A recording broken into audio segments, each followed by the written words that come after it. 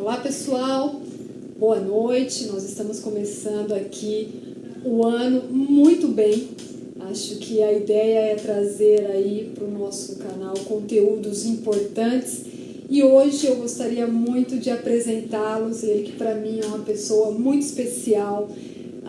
Quando penso em terapia intensiva não dá para pensar em outro nome, até porque eu estudei com os livros do Dr. Elias Knob, eu tive a oportunidade de estar num capítulo de um dos seus livros. E é óbvio que para nós, profissionais de terapia intensiva, e esse é um ano da enfermagem, é um ano que nós falamos sobre valorização da nossa profissão, eu gostaria muito de conversar com o Dr. Elias Knob, que é uma das pessoas que mais idealizam a questão do trabalho em equipe. Então, Dr. Elias, muito obrigada por estar conosco. Eu sei que a sua agenda é muito cheia e acho que ter essa oportunidade de conversar com a nossa comunidade, mostrar a importância desse trabalho interdisciplinar vai ser aí de extrema valia. E para falar sobre todo o seu currículo, eu acho que nós levaríamos aí mais do que os 20 minutos que eu pretendo fazer esse bate-papo, mas ele é um dos fundadores aí das terapias intensivas no nosso país. Eu gostaria que o senhor contasse um pouquinho como foi a implementação da primeira unidade de terapia intensiva no Brasil. Em primeiro lugar, a Renata sabe muito bem que eu adoro conversar com o pessoal de enfermagem. Eu sou um fã incondicional da enfermagem e eu tenho meus motivos. Minha história de vida é muito relacionada com essa atividade, trabalhar em unidade de terapia intensiva, médicos, enfermeiros, fisioterapeutas, psicólogos, etc. Eu estou muitos anos aqui no Hospital Albert Einstein, mas tudo isso começou na Escola Paulista de Medicina, no meu caso, no Hospital São Paulo. A história das terapias intensivas é mais ou menos igual para todo o mundo, em todo o mundo também. Eu me lembro muito bem que quando eu era ainda estudante e passava no pronto-socorro do Hospital São Paulo, que lá se chamava de Porta, nós, de vez em quando, atendíamos pacientes graves e esses pacientes graves teriam que ser atendidos continuamente por uma equipe. Esse conceito de equipe é um conceito antigo. Nós tínhamos enfermeiros, médicos e a gente se revezava cuidando desses pacientes e a partir de uma certa época, esses pacientes, ou do pronto-socorro ou dos andares, eles passaram a ser transferidos para o centro de recuperação, onde ficavam os pacientes em pós-operatório, porque lá existiam alguns equipamentos que eram muito raros naquela época, um monitor, um desfibrilador. Então, os centros de recuperação foram os embriões das unidades de terapia intensiva. Naquela época, na época mais ou menos 1970, 71, começaram a surgir as primeiras unidades de terapias intensivas no Brasil. Eu me lembro que em Belo Horizonte foi a primeira, depois no Rio de Janeiro, depois aqui em São Paulo. E aqui em São Paulo, algumas UTIs foram criadas em instituições, inicialmente nas instituições privadas. Hospital Sírio-Libanês, 9 de Julho, Beneficência e aqui no Einstein. Eu vim aqui, fora da cidade de São Paulo, atravessando o Rio Pinheiros, com 28 anos de idade, no Morumbi, o estádio do Morumbi, que fica aqui à minha direita, o estádio do meu querido São Paulo, ele não era um estádio completo, só existia metade do estádio. E aqui, no Hospital Albert Einstein, nós começamos a atuar e montar uma UTI, inicialmente com 4 leitos, monitores importados, e quando dava um problema nesses monitores, para ter manutenção deles era uma tortura. Eu me lembro que eu e alguns colegas, às vezes, desmontávamos um aparelho, um ventilador, o Emerson, o primeiro ventilador a volume, parecia uma geladeira, uma panela para aquecer o ar que era injetado no paciente. Enfim, foi uma época assim muito auspiciosa a gente criando, a gente sentindo desenvolvimento e um envolvimento muito grande em relação ao atendimento desses pacientes. E à medida que a gente via o resultado dos pacientes, à medida que os conhecimentos foram saindo, foram aparecendo, o entusiasmo era cada vez maior. E eu me lembro muito bem que naquela época nós tínhamos aquele conceito de que a assistência do paciente tinha que ser uma assistência única, uma assistência global. Embora sendo cardiologista de formação e tendo feito residência de clínica, a gente sabia que o paciente cardíaco é um paciente que tem problemas gerais, e o paciente que tem algum problema geral pode ter algum problema cardíaco. Então, o critério de seleção de profissionais foram aqueles que tinham uma noção geral, uma noção eclética da assistência do paciente. O nosso entrosamento com a enfermagem foi muito grande. Foi muito grande porque era impossível a gente atuar sem ter alguém especializado nesse tipo de assistência aos pacientes. Eu costumo dizer que numa UTI é muito importante a presença de profissionais, mas se eles não atuarem junto, é a mesma coisa que num time de futebol, cada um jogar por si. Nós podemos ter um técnico bom, um campo bom, uma estrutura boa, mas esse time vai ser sempre derrotado. Isso eu aprendi com o tempo. Atendimento em conjunto, atendimento em equipe, valorizar cada profissional. Os aparelhos são importantes? São, mas eles sozinhos são corpo sem alma. Você tem que ter um aparelho. É difícil você atuar numa UTI sem ter equipamentos. Precisa ter, mas nós temos que saber utilizar da melhor forma esses equipamentos e temos que ter recursos humanos. E esses recursos humanos têm que se organizar, têm que trabalhar em conjunto, têm que levantar a taça todo mundo junto. E eles têm que ser considerados, e muito bem considerados pela administração da instituição. Tem que ser incentivados, tem que estudar, tem que produzir e tem que ser recompensados por tudo isso que fazem. Isso é a essência da assistência aos pacientes, da assistência à saúde. Quando eu falo de uma maneira geral assistência, eu estou incluindo médicos, enfermeiros, todos. Você não consegue fazer um time só com jogadores de defesa, nem só com atacantes. Nós precisamos ter um time.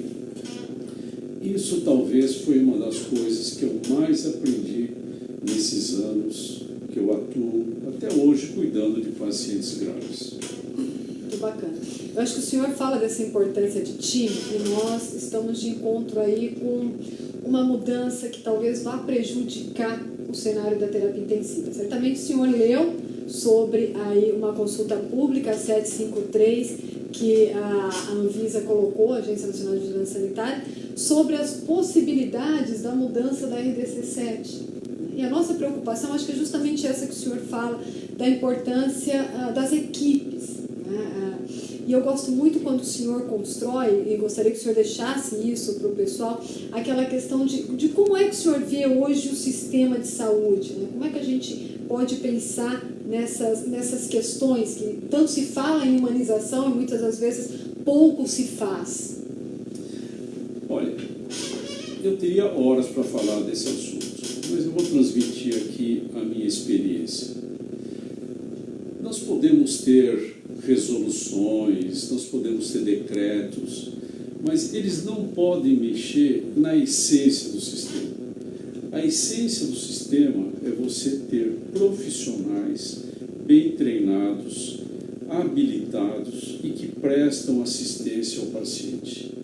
E o melhor resultado é quando o paciente entra, ele acaba melhorando e os profissionais estão satisfeitos com o trabalho, se desenvolvem juntos em time e tudo isso daqui é gratificante. É gratificante para as pessoas e para a instituição. Nós, profissionais de saúde, nós não trabalhamos visando um resultado financeiro. Claro que o resultado financeiro é importante para todo mundo, para a gente subsistir, sobreviver. Isso daqui faz parte do nosso mundo. Mas não tem nada que pague um resultado eficiente, um resultado positivo quando a gente trata um paciente. Nós temos que trabalhar e ter prazer naquilo que nós fazemos. Qualquer resolução, qualquer consulta pública deve levar em conta que a essência de um sistema que presta atendimento a um paciente, principalmente paciente grave, é o ser humano. E esse ser humano é o profissional de saúde. A gente tem que falar em profissional de saúde. Não existe um lugar que só tem médico, tem enfermeiro, tem fisioterapeuta, tem psicólogo. Nós temos que ter todos esses profissionais integrados, atuando de uma forma difícil, de uma forma árdua. Nós sabemos que cada dia mais tem sido comentado, tem sido constatado o esgotamento profissional, o burnout. Eu fico procurando me lembrar de outras épocas, de 30, 40 anos atrás. Será que existia isso? Claro que existia. Recentemente saiu um artigo sobre o sono entre as diversas profissões. O médico é um daqueles que tem insônia.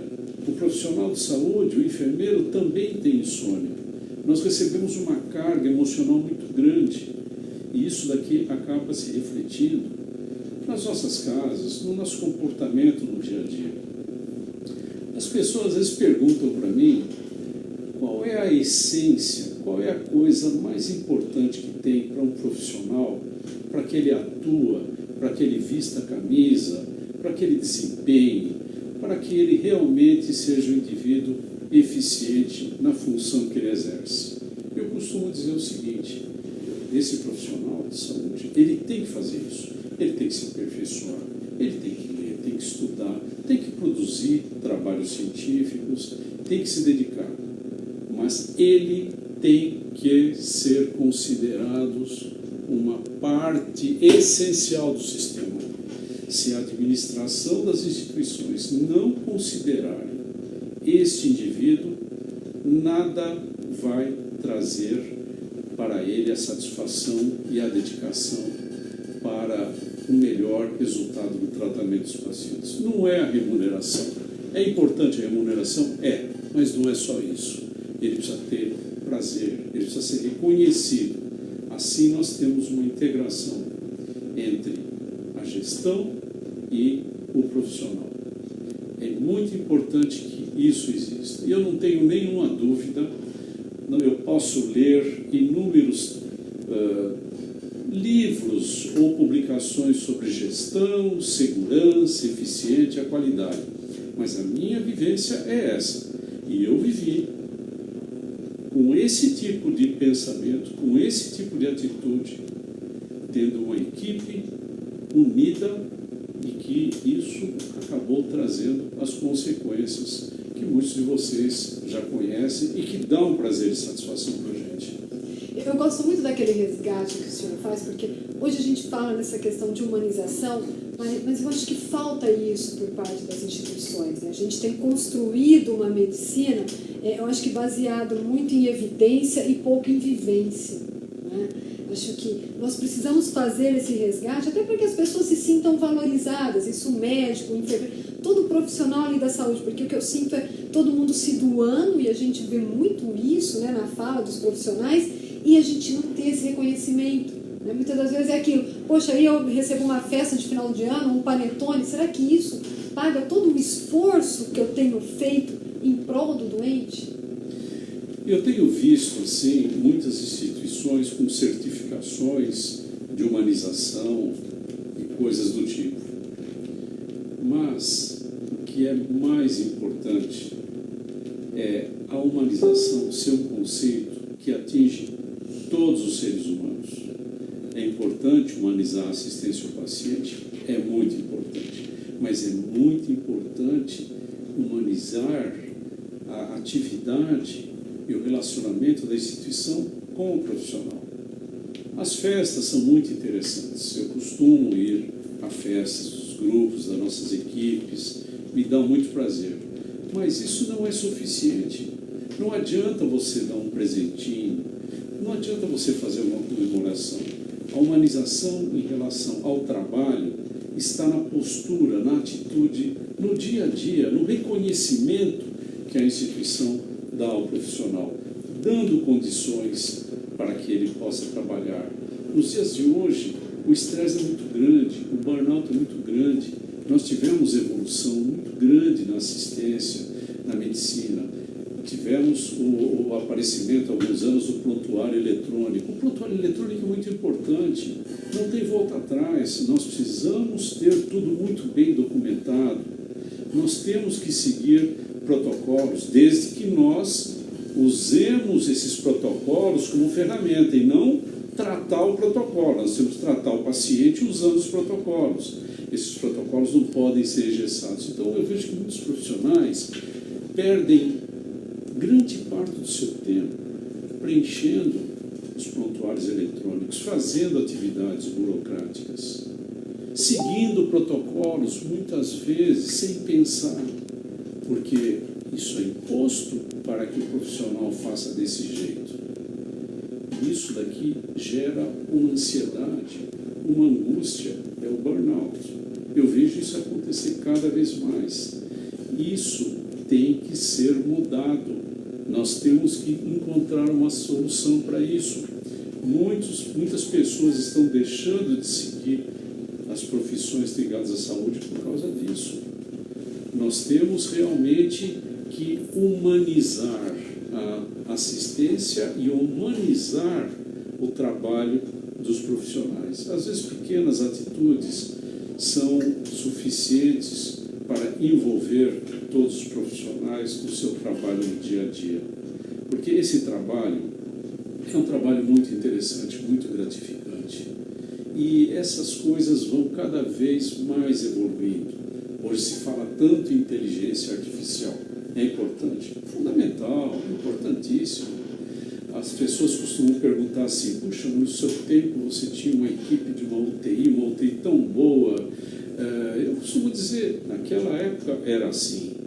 Hoje as coisas mudaram, nós temos que nos adaptar aos tempos atuais. Não tem volta atrás. A aplicação da informática, da inteligência artificial, isso é muito importante, mas nunca esquecer do ser humano. Ele tem que ser valorizado. Nós temos que valorizar porque nós sentimos na pele isso nesse trabalho do dia a dia. E eu dou um destaque especial à enfermagem, não porque a Renata está aqui, não porque eu estou dando uma entrevista principalmente a enfermeiros, é porque eu sempre digo, eu já vi UTIs em todo lugar do mundo, já vi serviços de saúde em muitos lugares do mundo. Eu já vi lugar que não tem psicólogo, eu já vi lugar que não tem fisioterapeuta, eu já vi lugar que não tem médico, mas eu nunca vi nenhum lugar que não tem enfermeiro. O enfermeiro é aquela essência.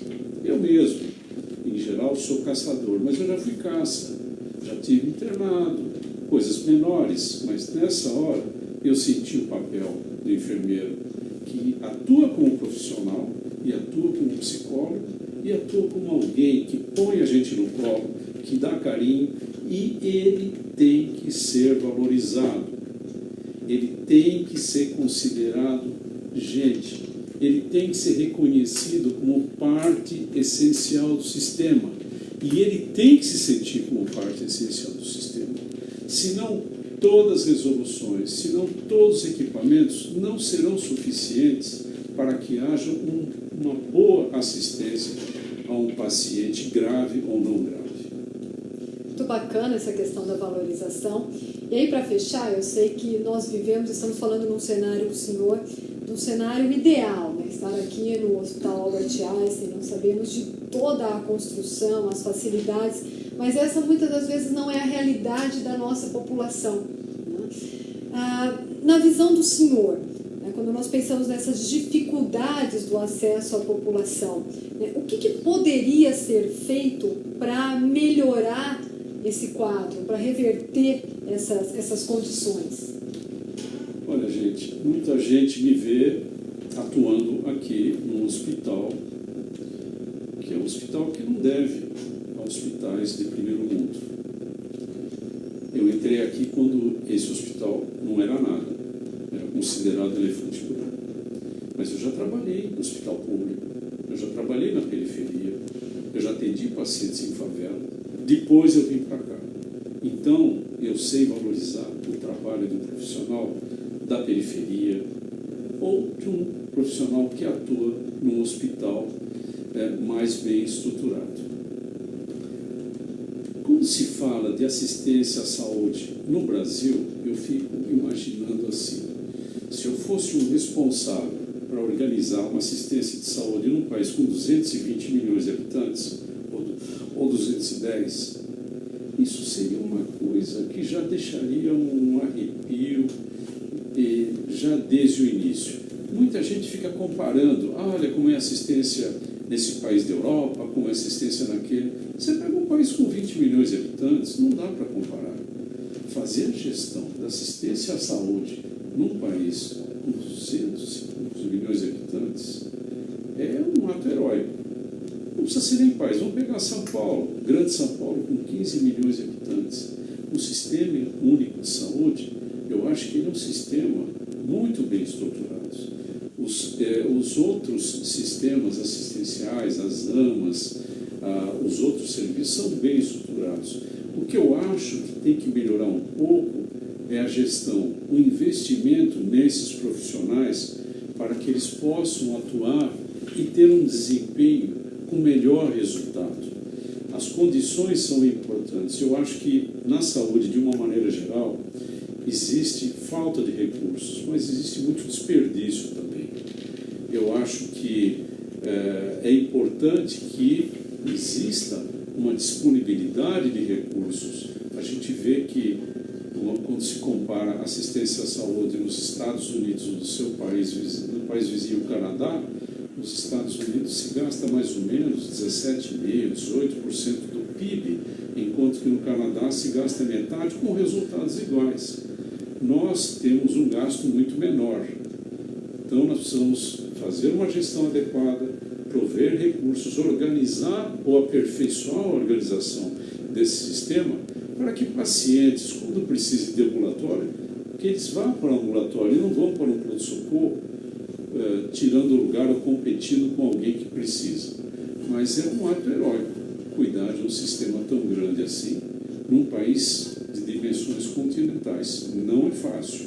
E nós temos que fazer tudo para ajudar para que os resultados, que essa estrutura funcione de uma maneira melhor. Muito legal, doutora Elisa. Acho que para a gente fica essa questão da humanização, da valorização das pessoas, dos profissionais de saúde em geral, e acho que é assim que a gente vai conseguir construir um sistema cada vez melhor. Gostaria de agradecer o carinho, a disponibilidade do doutor Elias Quinono, que sempre nos atende com muito carinho, ele sempre dedicado e buscando mostrar aí a importância da equipe multidisciplinar. Doutor Elias, muito obrigada de coração por nos receber hoje. Minha querida Renatinha, eu estou sempre às ordens, eu admiro o seu trabalho, eu admiro o trabalho dos profissionais da saúde. Eu sou um profissional da saúde, continuo atuando como 20, 30 anos atrás e sei valorizar. Já passei por diretoria, já ocupei vários cargos e eu sei dimensionar o que é importante numa estrutura. Nós temos que investir nas pessoas, nós temos que dar condições, nós temos que cobrar e nós temos que nos aperfeiçoar, sempre em prol do paciente, que é o nosso objetivo. Muito obrigado, foi um prazer e eu estou sempre à disposição de conversar com vocês. Mais uma vez, obrigado. Obrigada.